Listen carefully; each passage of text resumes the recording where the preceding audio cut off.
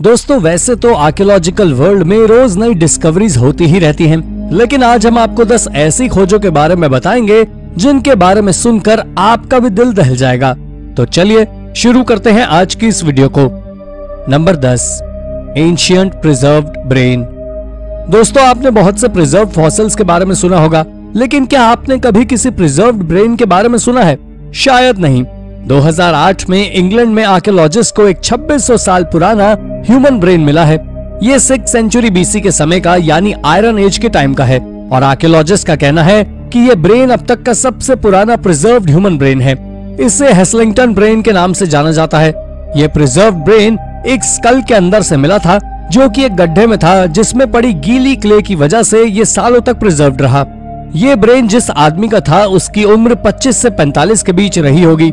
किसी ने तेज धार वाले चाकू से काटकर उसका सिर धड़ से अलग कर दिया होगा। Number 9, किंगखोरो mummies. हाल ही में हुई एक खोज से पता चला था कि ममीफिकेशन की शुरुआत इजिप्ट से नहीं बल्कि प्राचीन किंगखोरो कल्चर से हुई थी। ये लोग इजिप्ट से लगभग 4000 साल पहले से ममीफिकेशन करते आ रहे थे। ये लोग पेरू और चील के मध्य स्थित आटाकामा डेजर्ट के किनारे पर बसे हुए थे। ये लोग यहाँ 6000 सालों की लंबी अवधि के लिए रहे।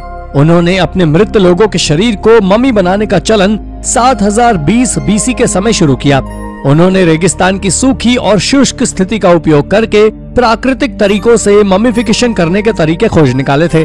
Guinness book of world records के अनुसार सबसे पुरानी किंगखोरो मम्मी एक बच्चे की है, जिसे कैमरॉन्स वैली से खोजा गया था और इसे 5050 बीसी में ममीफाई किया गया था।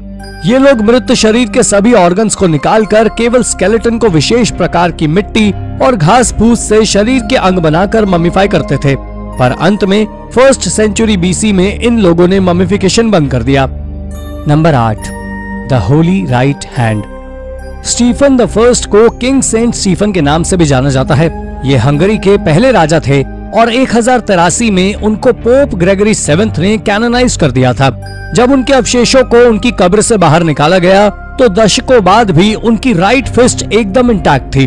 उनके इस राइट हैंड को एक रिलीजियस रेलिक का दर्जा दिया गया और इसे द होली राइट हैंड कहा गया। उसी साल मर्क्यूरियस नाम के एक पुरोहित ने इसे चुरा लिया। हालांकि इसे जल्दी ही ढूंढ लिया गया और इसके बाद सदियों तक इसे एक मोनास्टिक हाउस पर रखा गया। उसके बाद 1420 में इसे हंगरी के एक शहर में रखवा दिया गया। उसके बाद 16 सेंचुरी ऑटोमन काल में इसे क्रोएशिया, बोस्निया, वियना में रखा गया। उसके बाद 1771 में ये हंगरी आ गया। उसके बाद 1950 में इसे सेंट स्टीफन बेसिलिका में रखा गया है और ये अभी भी वहीं है।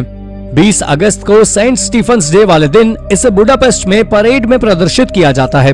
1938 में यह ट्रेडिशन शुरू हुआ था और कम्युनिस्ट गवर्नमेंट द्वारा 1950 में बंद कर दिया गया, लेकिन 1988 में कम्युनिस्ट रेजिम के खत्म होने के बाद इसे दोबारा शुरू किया गया। अब इस होली हैंड को देखने के लिए आपको एक स्लॉट में कॉइन डालना होगा और 1 मिनट के लिए ये हाथ इल्यूमिनेट हो जाएगा। Number 7, oldest ghost drawing. हाल ही में वैज्ञानिकों ने दुनिया की सबसे पुरानी घोस्ट डिपिक्शन को खोज निकाला है। ये ड्राइंग एक टैबलेट पर बनी हुई है जो कि एक ब्रिटिश म्यूजियम के वॉल्ट से मिला है। ये ड्राइंग एक एंशिएंट बेबीलोनियन क्ले टैबलेट पर बनी हुई है। वैज्ञानिकों का कहना है कि ये टैबलेट 3500 साल पुराना है। ब्रिटिश म्यूजियम में ये आर्टिफैक्ट 19वीं सदी में आया था। हालांकि इस टैबलेट का आधा हिस्सा मिसिंग है और जो बचा है वो इंसान की हथेली जितना छोटा है। इसमें एक औरत का चित्र बना है और वो एक आदमी को अंडरवर्ल्ड में खींच रही है। ये आदमी काफी डरावना है। इसमें क्यूनिफॉर्म लैंग्वेज में एक टेक्स्ट भी लिखा हुआ है। ये भाषा मिडिल ईस्ट में इस्तेमाल की जाती थी, जिसमें लिखा है कि औरत इस घोस्ट जैसे आदमी को जाने के लिए कह रही है। Number 6, a massacre in the backyard. 2 साल पहले साइबेरिया में वाइटलिक काविशा नाम का आदमी जब अपने बैकयार्ड में खुदाई कर रहा था तो उसे स्केलेटन्स मिले। सबसे हैरान करने वाली बात यह थी कि यहाँ 1 या 2 नहीं बल्कि हड्डियों और कंकालों का ढेर मिला। काविशा ने अवशेष एक्सपर्ट्स को दिखाया था और उनका कहना था ये 1930 के समय के हैं, जब स्टेनलेस रेजाइम पॉलिटिकल रिबेल लोगों को जेल में डालकर उनकी हत्या कर दिया करते थे। कावाशा ने कई बार अथॉरिटीज को कांटेक्ट करने की भी कोशिश की ताकि उन रिमेन्स को वहां से निकाला जा सके, लेकिन उसे यही कहा गया कि गवर्नमेंट के पास फंड्स नहीं हैं और अगर कावाशा खुदाई करके सारे स्केलेटन्स को निकाल लेते हैं तो वो उन्हें कलेक्ट कर लेंगे। ये कंडीशन कई अन्य देशों की तुलना में बिल्कुल ऑपोजिट है, जहां गवर्नमेंट लोगों को खुद अवशेषों की खुदाई करने से रोकती है ताकि वो डैमेज ना हो। रशियन गवर्नमेंट का ये बिहेवियर दिखाता है कि या तो उन्हें एंशिएंट आर्टिफैक्ट्स की स्टडी में इंटरेस्ट ही नहीं है, या फिर वो स्टालिनिस्ट काल के अपने काले रहस्यों को छिपाना चाहती है। Number 5, Teotihuacan stone faces. प्राचीन समय में टियोथिहुआकान नाम से जाने जाने वाला शहर, जो कि आज सेंट्रल मेक्सिको में है, फर्स्ट मिलेनियम एडी की शुरुआत में आर्कियोलॉजिस्ट को इसके रुइंस में सैकड़ों स्टोन फेसेस मिले हैं। ऐसा माना जा रहा है कि इन्हें मृत लोगों के साथ दफन किया जा रहा है। 15 से 23 सेंटीमीटर चौड़े ये स्टोन फेसेस देखने में काफी डरावने और भूतिया लगते हैं। इनमें आंखों और मुंह के लिए स्पेसिंग भी दी गई थी। पहले आर्कियोलॉजिस्ट को लगा ये जेडेइट के बने हुए थे, लेकिन 2014 में 150 फेसेस को स्टडी करने के बाद पता चला शहर के दक्षिणी हिस्से में इन स्टोन फेसेस को बनाने के लिए एक वर्कशॉप थी। हालांकि एक्सपर्ट्स अभी भी उनका एग्जैक्ट ओरिजिन नहीं पता कर पाए हैं। इन्हें लाइमस्टोन, सर्पेंटिनाइट, ट्रैवर्टीन आदि से बनाया करते थे। इसके बाद इन्हें क्वार्ट्ज से पुलिस भी किया जाता था, लेकिन टियोथिहुआकन के नजदीक तो क्वार्ट्ज पाया ही नहीं जाता था।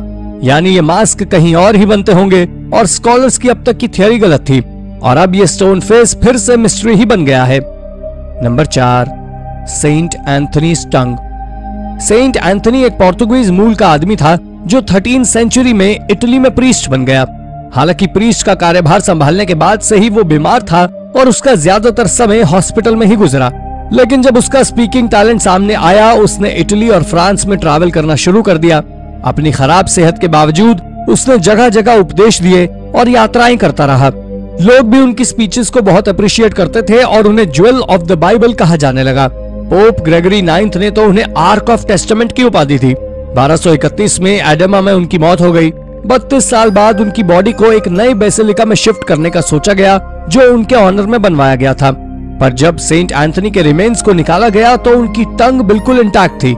ऐसा माना गया कि सेंट एंथनी के वर्ड्स लोगों के लिए गॉड गिफ्ट थे, इसलिए उनकी टंग को बेसिलिका में डिस्प्ले पर लगा दिया गया। Number 3, mutilated stone age skulls. 2020 के आखिर में आर्कियोलॉजिस्ट को 2 ह्यूमन स्कल्स और एक बकरी का स्केलेटन पेनिनसुला से क्यूव डे ला डिसेला नाम की केव साइट से मिला है। ये बोन्स 4800 से 4000 बीसी के बीच के समय लेट स्टोन एज के मिडिल नियोलिथिक पीरियड की है। आर्कियोलॉजिस्ट का कहना है कि ये स्ट्रक्चर्स की एंशिएंट फ्यूनररी रिचुअल के हैं। इसमें एक अल्टर, एक hearth ceramic pottery stone object और एक स्टोन स्लैब मिला है। इनमें एक स्कल एडल्ट मेल का है और दूसरा एडल्ट फीमेल का। फीमेल स्कल के क्रेनियम के फ्रंटल लोब में डिप्रेशन पाया गया है। इसमें डीकैपिटेशन और ट्रैपिनेशन के भी साइन थे। नंबर 2, ओफुका चो मास ग्रेव्स। लास्ट ईयर आर्कियोलॉजिस्ट को जापान के ओसाका की ओफुका चो साइट्स में सर्कुलर होल्स की एक सीरीज मिली। इसमें 1500 जानवरों और इंसानों के अवशेष मिले हैं। आर्कियोलॉजिस्ट का कहना है कि ये अवशेष 19वीं सेंचुरी के बीच के हैं। इन बरियल्स में ह्यूमंस, पिग्स, घोड़े आदि मिले हैं। ये बरियल ट्रेन स्टेशन के नजदीक स्काई स्क्रेपर के कंस्ट्रक्शन के दौरान मिले हैं। एक्सपर्ट्स का मानना है कि शायद वहां पर रहने वाले लोग अच्छे बरियल टूम अफोर्ड नहीं कर सकते थे। उनमें से कुछ बॉडीज में बीमारियों के साइंस मिले हैं, तो ऐसा भी हो सकता है कि इन सभी लोगों की मौत किसी एपिडेमिक के दौरान हुई होगी। आर्कियोलॉजिस्ट अभी भी इन रिमेन्स को स्टडी कर रहे हैं ताकि वो ये पता लगा सकें कि ये मौतें किन बीमारियों की वजह से हुई। Number 1, the severed head of Saint Catherine of Siena. Saint Catherine of Siena Siena में 14वीं सेंचुरी के दौरान इटली में रहती थी। जब वो अपनी टीनेज में थी, उन्होंने जीवन भर वर्जिन रहने का संकल्प लिया। हालांकि उनकी फैमिली ने उनकी शादी करवाने की काफी कोशिश की, तो उन्होंने अपने बाल कटवा लिए और नन बन गईं। 28 साल की उम्र में एक क्रूसिफिक्स में प्रे करते समय उन्होंने स्टिग्माटा एक्सपीरियंस किया। 5 रेड रेज उनके हाथ को भेदती हुई बाहर आ रही थी। एक प्रीस्ट ने तो ये तक कहा कि उनके हाथ से एक होली कम्युनियन बाहर आ रही थी। 33 साल की उम्र में एक स्ट्रोक के बाद उनकी मौत हो गई, पर रोमन गार्ड्स की वजह से उनके भक्त उनका पूरा शरीर नहीं ले जा सकते थे, इसलिए उन्होंने उसका सिर काटकर एक बैग में डाल लिया। जब रोमन सोल्जर्स ने बैग देखा तो उसमें फ्लावर्स थे, जो बाद में फिर से मेरी के हेड में बदल गए। इस सिर को अब सैन डोमिनिको में बेसिलिका में रखा गया है। तो दोस्तों, थैंक यू फॉर वॉचिंग। ये थी हाल ही में हुई 10 डरावनी आर्कियोलॉजिकल डिस्कवरीज। इनमें से कौन सी खोज आपको सबसे रोचक लगी? अपना जवाब हमें कमेंट करके जरूर बताएं, और ऐसी अन्य रोचक जानकारियों के लिए हमारे चैनल को सब्सक्राइब करना ना भूलें। धन्यवाद।